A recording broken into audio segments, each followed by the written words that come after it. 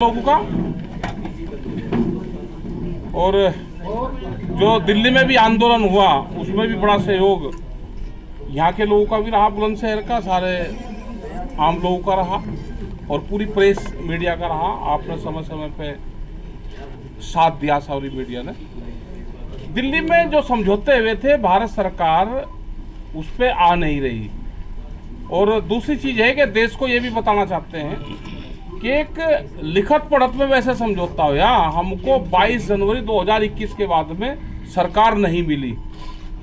जैसे मेल पर नहीं होता ऑनलाइन पढ़ाई चल रही तो ऑनलाइन ही समझौते उनसे हुए।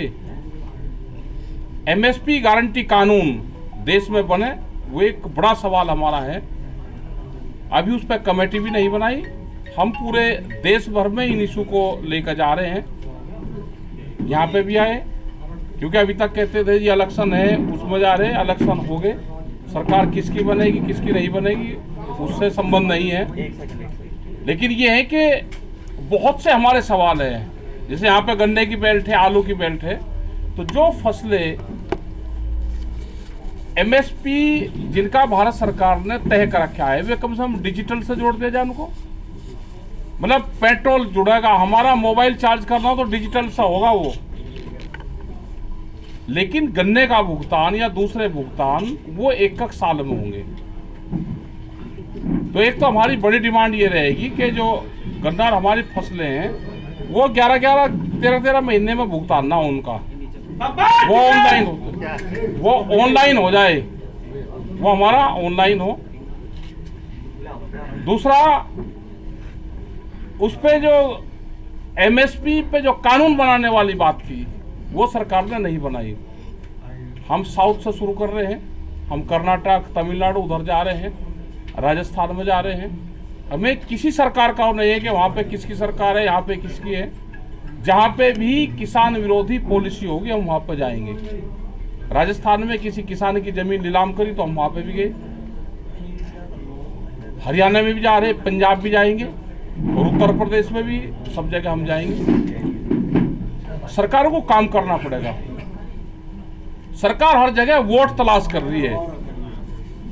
अभी यूक्रेन का जो मामला है उसमें भी आदमी निकाल नहीं रहे वहां से बच्चों को, जो अपने आप आ रहे बॉर्डर से, जो खुले बॉर्डर है वहां से लेकर आ रहे, उनके साथ फोटो खिंचवा के देश की जनता को ये कर रहे हैं कि भाई हम लेकर आ रहे। मतलब हर रोज उनको दिखाना है, चर्चा मंत्री उनके लग रहे। तो इस तरह से तो काम चलने वाला है नहीं।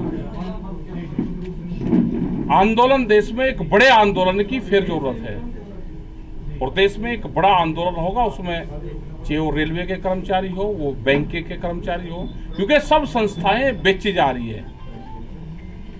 प्राइवेट जो संस्था है वे लोग आ रहे हैं, उसमें बड़ी बड़ी कंपनियां आ रही है, तो उसका पूर्ण रूप से हम उसका विरोध करते हैं।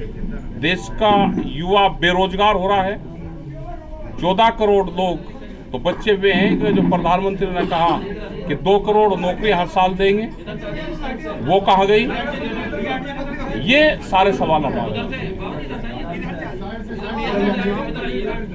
वही सारे हैं। एक बड़े आंदोलन की देश में फिर जरूरत है और इस आंदोलन को यूथ जो होगा, क्योंकि यूथ पे ज्यादा प्रभाव पड़ रहा है। नौकरियां है नहीं, नौकरियां खत्म करी जा रही है। तो ये आने वाले टाइम पे यूथ तैयार रहे इसके लिए। अभी यहाँ पे एक चीज और हम कह देते हैं, क्योंकि हर आदमी यहाँ पे वोटर भी है। हम कैंडिडेट और वो तो है नहीं, हम किसी के सपोर्टर नहीं है, लेकिन वोटर हैं। तो भाई अपनी वोट जिसको दी उसके घर तक पहुंचाने का काम भी जनता का ही है। अपनी निगाह रखना, ये धोखेबाजी करेंगे हम तो बताते हैं। गांव के लोगों ने हमको बता कि ये धोखेबाजी करेंगे तो अपना ट्रैक्टर लेके जाइए भाई। 9 और 10 तारीख को किसान अपनी छुट्टी रखे, अपनी जहां गिनती हो उसका पहरा दे। 9 तारीख में ट्रैक्टर लेकर वहां चले जाएं, अपना कंबल रिजाई विजाई लेकर जाएं, 2 दिन का खाने का राशन पानी लेकर जाएं, कान पे 4 अंगल ऊपर अपना कपड़ा उपड़ा बांध के जाएं, रात को ठंड हो। तो ये सारी चीज कर 2 दिन के लिए अपना भाई पहरेदारी का काम भी कर ले भाई। जिसको वोट दी उसके घर तक भी पहुंचा दो। तो ये भी है, ये बेईमानी करेंगे। एक जिला एक बेईमानी की सीट जिता कर देने का इनका प्लान है, उस पर निगाह रख लेना। एक जिला एक सीट बेईमानी से जिताने का प्रोग्राम करेंगे। गिनती पक्की करवा लेना अपनी। हम तो नॉन पॉलिटिकल, हम तो बताते हैं कुछ नहीं, जो हमको गांव वालों ने बताया वो हमने आपको बात बताई। ये है कि 2 दिन की छुट्टी किसान रखे, 9 और 10 तारीख की छुट्टी रखे, अगर वोट दी है तो भाई अपनी गिनती ठीक करवाइए जाकर। बेईमानी का किसान को कैसे पता चलेगा? पता चलेगा जब पहरेदारी ठीक रहेगी, गिनती पक्की करो अपनी वहां पे। ये हारे हुए कैंडिडेट को जीत का सर्टिफिकेट देंगे। अगर बाहर पहरेदारी कमजोर होगी, चोर को रास्ता मिल गया जहां से उसने चोरी पहले करी जिला पंचायत में, वो उसी रास्ते से चोरी करने फिर आएगा। पहरेदारी मजबूत रखनी है अपनी। यानी प्रशासन भी पूरे प्रदेश का मिला हुआ है। प्रशासन तो सरकार के उस पर चलता है। यहाँ तो जज 150 जज तो यहाँ आरएसएस के भर्ती कर दिया देश में। ये देश आरएसएस नाम की एक संस्था इस देश को चलाएगी। उसका इस देश पे कब्जा हो चुका है। उससे अगर बचना है तो सब चीजों पे निगाह करनी पड़ेगी। कब्जा हो चुका है, अनऑफिशियली कब्जा एक किस्म से।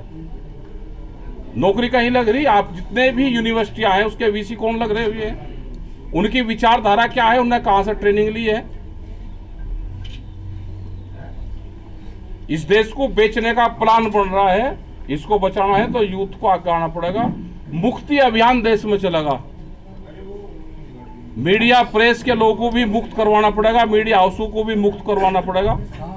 वो भी अभियान का हिस्सा हमारा है। अपनी पहरेदारी मजबूत रखना। जिला पंचायत में जो व्यवहार हुआ था, जो सरकार ने जिला पंचायत में काम करा, उसने चोरी करी है, गुंडागर्दी करी है, जिस रास्ते से करी है उसी रास्ते से फिर करने की कोशिश करेंगे। ये गांव के लोगों ने बताया हमको। अपनी निगाह रखना, जो वोट दी उसके घर तक वोट पहुंचाने का काम करो। आपका राष्ट्रव्यापी आंदोलन कब से होने की संभावना है? 2022 में वैचारिक होगा, पूरे देश में हम जाएंगे। और आगे का फिर 2023 में उसमें कब होगा नहीं बताते। लेकिन अब ये एमएसपी के नाम पे हम एमएसपी पे खरीद पूरे देश में हो, उसके उसमें तमिलनाडु, कर्नाटक, राजस्थान, मध्य प्रदेश, सब जगह हम जा रहे हैं। अब शुरू कर रहे हैं हम, इसी महीने से शुरू हो जाएगा मार्च। सर, गन्ने के दाम के लिए क्या कहेंगे आप? पिछले काफी समय से गन्ने के दाम की मांग बढ़ा। गन्ने के दाम बढ़ाए नहीं, 25 रुपए बढ़ाए, लास्ट ईयर बढ़ाए हुए भी। गन्ने के भाव भी बढ़ने चाहिए। मांग रहे गन्ने के मांग तो हमारा जो CT+50 वाला फार्मूला है उसको लागू कर दो। उस पर 450 रुपए बैठेगा अभी। सर, 6 चरणों का चुनाव हुआ है। 6 चरणों के चुनाव में आपको क्या लगता है किस ट्रेंड पे वोटिंग? ये सरकार से लोग नाराज तो है जनता, और ये कह रहे कि भाई जीतेंगे हम ही। ये किसी भी आदमी को ये कह देते हैं कि इसको जेल भेजूंगा, कोई भी नेता। क्या कोई भी लीडरशिप कोर्ट से भी बड़ी होगी? बगैर मुकदमे लिखाए, बगैर कोर्ट का फैसला करे सरकार के लोग कहते हैं कि जेल भेजूंगा, तो क्या इसका मतलब ये कोर्ट से भी बड़े होंगे कि जो फैसला खुद सुना रहे हैं? तो इसलिए हमें इन पर शक होता है। सरसों का तेल 250 रुपए लीटर है और रिफाइंड पे 400 रुपए टिकट पे बढ़े हैं, तो महंगाई को लेकर के आपका क्या? महंगाई का भी एक बड़ा इशू है, क्योंकि ये जो कानून आ रहा है, भारत सरकार ने वापसी लिया है, लेकिन बहुत स्टेट ने इसको वापसी नहीं लिया और अपने वहां पर लागू कर रहे हैं। इनका प्लान ये है कि माल को इकट्ठा करो। जैसे सरसों के रेट 8,500 रुपये क्विंटल तक थे, अभी सरसों के रेट 5,000 रुपये आगे, बहुत स्पीड से उसके दाम गिरे हैं। जैसे जैसे व्यापारी, जो बड़ा व्यापारी है, उसको खरीद करेगा और फिर महंगे में बेचेगा। यही तो 3 कानून में था। ठीक है जी, रशिया यूक्रेन का युद्ध है, क्या भारतीय व्यापार और भारतीय कृषि पर इसका असर पड़ेगा? इनका असर तो नहीं पड़ेगा, लेकिन ये असर गिरवाएंगे। 7 तारीख के चुनाव के बाद में ये असर गिरना शुरू करेंगे। और हमने तो ये कहा कि यूक्रेन भारत भाई कभी भी बढ़ सकता है। यहाँ के हर जवान को ट्रेनिंग दे दो एक, यूक्रेन कभी भी बढ़ सकता है। चारों तरफ से भारत घिरा हुआ है। देश में नौजवान है, उसको 1 साल की ट्रेनिंग दो। हमने 5 साल की ट्रेनिंग पुलिस की ले ली थी, इसीलिए पहले सबको ट्रेनिंग ले लेनी चाहिए। नहीं, कह रहे क्रूड महंगा होगा तो खेती डीजल अपना महंगा सब महंगा होगा, महंगाई बढ़ेगी। टिकैत साहब, असर पड़ेगा। आपकी सरकार के खिलाफ जो लड़ाई है वो अभी और कितनी लंबी चलने वाली है? सरकार के खिलाफ तो लंबी चलेगी लड़ाई, सरकार के खिलाफ तो लड़ाई चलेगी लंबी। क्या आप ये मानने हैं कि आपको केंद्र सरकार ने धोखा दिया और आपको वहां से उठवाने के लिए? नहीं, उठने का वो तो एक समझौता वहां पे हो गया। जो पेपर जो पर्चे दर्ज होने थे वे पर्चे वापसी होने की बात हुई थी, वो अभी पूरे नहीं करे। एमएसपी पे गारंटी कानून बनाने की एक कमेटी बननी थी, वो अभी नहीं बनी। और 13 महीने आंदोलन चला। हम देश की जनता को ये बताएंगे कि 13 महीने आंदोलन चलाने के बावजूद भी क्या देश में कोई और संगठन है कि जो 13 महीने भारत सरकार और एक देश की राजधानी को घेर कर बैठ जाएगा? क्या इस तरह की तानाशाह सरकार देश में चाहिए? क्या एक दूसरा दुनिया का दूसरा किंग जोंग भारत में पैदा हो चुका है? क्या उसका नाम बताने की जरूरत है? तो ये सब देश की जनता को बताएंगे हम जाकर। लखीमपुर कांड में आरोपी की तो जमानत हो गई और जिसकी आप मांग कर रहे थे उसे जेल गया, वो जेल नहीं गया। जो मुख्य अभियुक्त था उसको बेल पे बाहर है, वो वोट मांग रहा है। क्या इसी तरह की व्यवस्था चाहिए? जो टैंक और जो जेसीबी कई बताते हैं कि सरकार की जेसीबी है, जो वोट नहीं देगा उसको डराने का काम कर रहे। जिला पंचायत में यह हुआ कि कैंडिडेट ने वोट नहीं दी, मेंबर ने, तो उसका घर गिरवाना, उसका स्कूल गिरवाया, उसको डरा कर वो करा। लोग के खिलाफ पर्चे दर्ज करते हैं, या तो आ जाओ नहीं तो पर्चे दर्ज है। क्या जो ईडी है, क्या ये थाने हैं, ये इनके सेहत पर काम कर रहे हैं? क्या उनकी अपनी कोई सोच नहीं रही है? क्या देश में आईपीसी और जो जितनी भी जो धाराएं हैं या संविधान का यहाँ पे मजाक उड़ाया जा रहा है?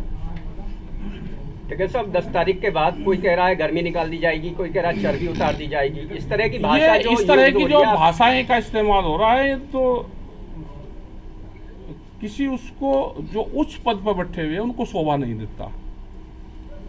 तो इनमें फिर उनमें कोई फर्क नहीं रहा। ये सरकारी गुंडागर्दी है और सरकारी गुंडागर्दी देश में नहीं चलेगी। क्या आपको ऐसा लगता है कि चुनाव के बाद में आपकी भी घेराबंदी सरकार कर सकती है? और कर लो घेराबंदी। आंदोलन वालों की तो घेराबंदी नहीं होगी तो आंदोलन कहीं का? आंदोलन वालों की तो घेराबंदी होनी चाहिए। एक मुद्दा पलायन का छाया रहा है पूरे चुनावों में। योगी जी कहते हैं कि पलायन बंद होगा, क्या है पलायन का इशू? चला ही नहीं। वो वहां से कराने से और वहां से चलता है मुजफ्फरनगर से। जिन स्टेडियम में ये मैच होते थे वहां की जनता ने वो स्टेडियम तोड़ दिए, लेकिन उन्होंने ये देश में जहां कारोबार हो रहा है, ये सरकार ऐसी है उन कारोबारों को खत्म करती है। कर्नाटक में, बेंगलोर में आईटी सेक्टर का बड़ा एक हब है और वहां पे करीब 3 लाख करोड़ रुपए का व्यापार वहां से होता है। वहां पे कई लाख बच्चे वहां पे नौकरी करते हैं। वहां पे वो स्टेट बहुत बढ़िया उससे चल रहा है। सब लोग मिलजुल कर वहां पर रहते हैं, बड़ा वहां पे व्यापार करते हैं। लेकिन एक हिजाब का इशू छोड़ के उस पूरे स्टेट को बर्बाद करने की साजिश रची गई है। क्या बच्चे वे बेरोजगार होंगे? क्या जो आपस में तालमेल है उसको जोड़ने में कितना समय लगेगा? नहीं, ये कहते हैं कैरान और मुजफ्फरनगर से लगातार पलायन हो रहा है। मेन मुद्दा कैरान और मुजफ्फरनगर है, पलायन। भाई मुझे एक बात बता दो, आप जितने यहाँ पर हो पत्रकार, आप बुलंदशहर से, मुझे जन्म बता दो बुलंदशहर में किसका हुआ? आपका हुआ होगा तो आपके पिताजी का नहीं हुआ। पलायन तो सबने करा। अगर मशीनरी नहीं चलेगी तो प्रोडक्शन देगी नहीं। पलायन एक विकास का आधार है, विकास प्लान से ही शुरू होता है। खौफ से प्लान है? कोई नहीं हुआ खौफ से प्लान। जिनका वे बार बताते हैं वो तो व्यापार कर रहे हैं। वहाँ एक गाजियाबाद में रह रहा है, एक भाई रुड़की में रह रहा है, बड़े व्यापार कर रहे हैं। योगी जी कहते हैं कि भारतीय किसान यूनियन किसानों को बरगला रही है और उन्हें भड़काया जा रहा है। हमारी सरकार तो जो किसानों को पूरा लाभ दे रही है। अच्छा, आप उनकी लाभ कैसे दे रहे हैं? वहाँ भुगतान तो करने का हो ना, लाभ कैसे दे रहे हैं? ना आलू के रेट बढ़े और ना गेहूं का रेट मिला। C2 जो गन्ना मंत्री वो ये कहते हैं कि उत्तर प्रदेश में सबसे ज्यादा भुगतान 14 महीने में हो रहा है, 14 दिन में हो रहा है किसानों को। झूठ बोलने में तो जब इनको कोई कंपटीशन होगा पूरे दुनिया में तो झूठ बोलने पे ये पार्टी सबसे नंबर 1 पाएगी, इस पर गोल्ड मेडल जीतेगी। मतलब सरासरी झूठ बोलते हैं। भाई गन्ना मंत्री अपना बता दे उसका भुगतान होगा उसके परिवार का या नहीं हुआ, वो बता दे कितने दिन में उसका हुआ। उसमें एक वो आ रहा है, इसमें ऐप आ रहा, गन्ना ऐप है, उसमें किसका कितना गन्ना डाला, किस पे कितनी पर्ची है, कितना क्षेत्रफल है, वो उसमें आता है। भाई हमने ये कहा कि इसमें एक ये भी डाल दोगे कितना उसका भुगतान होगा, वो नहीं डालते। ऑनलाइन गन्ना भुगतान क्यों नहीं है? गन्ना भुगतान भी डिजिटल हो, जिससे पूरा देश डिजिटल पे चल रहा है। प्रधानमंत्री का पायलट प्रोजेक्ट है, हमारा भी उसी पे चले। यह अगला आंदोलन उस पर भी होगा। डिजिटल गन्ना भुगतान, डिजिटल गन्ना भुगतान क्यों नहीं होगा? भाई हम तेल ले तो डिजिटल है, हर आदमी मोबाइल चार्ज कर लेगा, डाल दे इसमें पैसे, फोन से पैसे को आदान प्रदान हो सके, शुगर मिल से नहीं हो सकता। तो इसका मतलब कोई ना कोई चाल है। आपने हाँ। बीज पर और दूध पर ये एक फोर्स बनाने जा रहे हैं। दूध तो आएगा बाहर से और बीज पर एक बीज पुलिस बनेगी। वो सीड बिल ये लाने की कोशिश कर रहे हैं, अभी इसमें नहीं जा, लेकिन वो हाउस में रखा हुआ है। बहुत से कानून हैं, दूध पे भी ये लाना चाह रहे हैं। डेयरी प्रोडक्ट ये बाहर से लेकर आएंगे और हमारा दूध का जो पशुपालन किसान है, जो मजदूर है, वो पूरा बर्बाद होगा। डेयरी प्रोडक्ट बाहर से आएंगे। आप लगातार मांग कर रहे हैं किसान आयोग की, प्रदेश सरकार से किसान आयोग बने, अभी तक किसान ये- आयोग नहीं बन हाँ, पाया। नहीं क्या बना। कहना है इस पर आपका? और आंदोलन होगा, किसान हम तो आयोग कह ही नहीं तो बना। सके, आंदोलन होना चाहिए, होगा। इसमें नहीं बनेगा तो देश में आंदोलन का रास्ता सबने कर लिया। किसी दुकानदार को कोई दिक्कत है, बैठ जाओ धरने में। देश में आंदोलन से ही ये देश बच सकता है, बातचीत से नहीं पॉलिटिकल बचेगा। पार्टी से नहीं बचेगा। नहीं, बातचीत भी तो एक रास्ता है किसी भी मुद्दे को बातचीत लेकर तो के। सरकार करती नहीं। ये तो सरकार- पहली ऐसी सरकार आएगी जो बात करती नहीं। सरकार तो आपको बराबर न्योता देती है। कहाँ? आप आइए टेबल पे बैठ के। कहाँ कह रही, झूठ कह रही। करवा दो हमारी बात। इस सरकार भाई वहाँ का तेलंगाना का मुख्यमंत्री है, उसने बात करी दिल्ली में आने के, और दिल्ली की सरकार बात करती नहीं, भारत सरकार। वो WTO टेलीफोन के नंबर- प्रेशर में है, विश्व ट्रेड यूनियन या विश्व ट्रेड ऑर्गेनाइजेशन के। और वो उसे हुनर बताएंगे हम, उसका वो बात करें तो हम बताएंगे ना। क्या देश के किसानों को बर्बाद करके और WTO के समझौते पे जाते हैं? हमारा एग्रीकल्चर प्रोडक्ट है, ये भी बाहर जा सकता है। क्या इस पे कोई काम हो रहा है? यहाँ पे एग्रीकल्चर सेक्टर में कोई काम नहीं हो रहा। देश में कितना क्षेत्रफल है, कितने कौन सी फसल उगती है, कितनी जनसंख्या है, कितने की जरूरत है, कोई डाटा हमारे पास में सरकार के नहीं है। सिर्फ एक डाटा है कि वोट कैसे मिलेगी, वोट का डाटा है कि वोट कैसे मिलेगी, कौन से फार्मूले से वोट मिलेगी। इसी पे ही देश में काम हो रहा है पॉलिटिकल पार्टी को।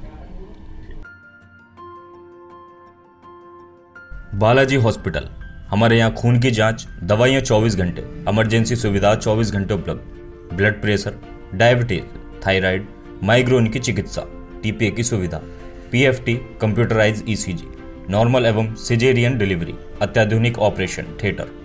हमारा पता निकट मौसमगढ़, अनूपशहर रोड, बुलंदशहर। संपर्क 735111 9000।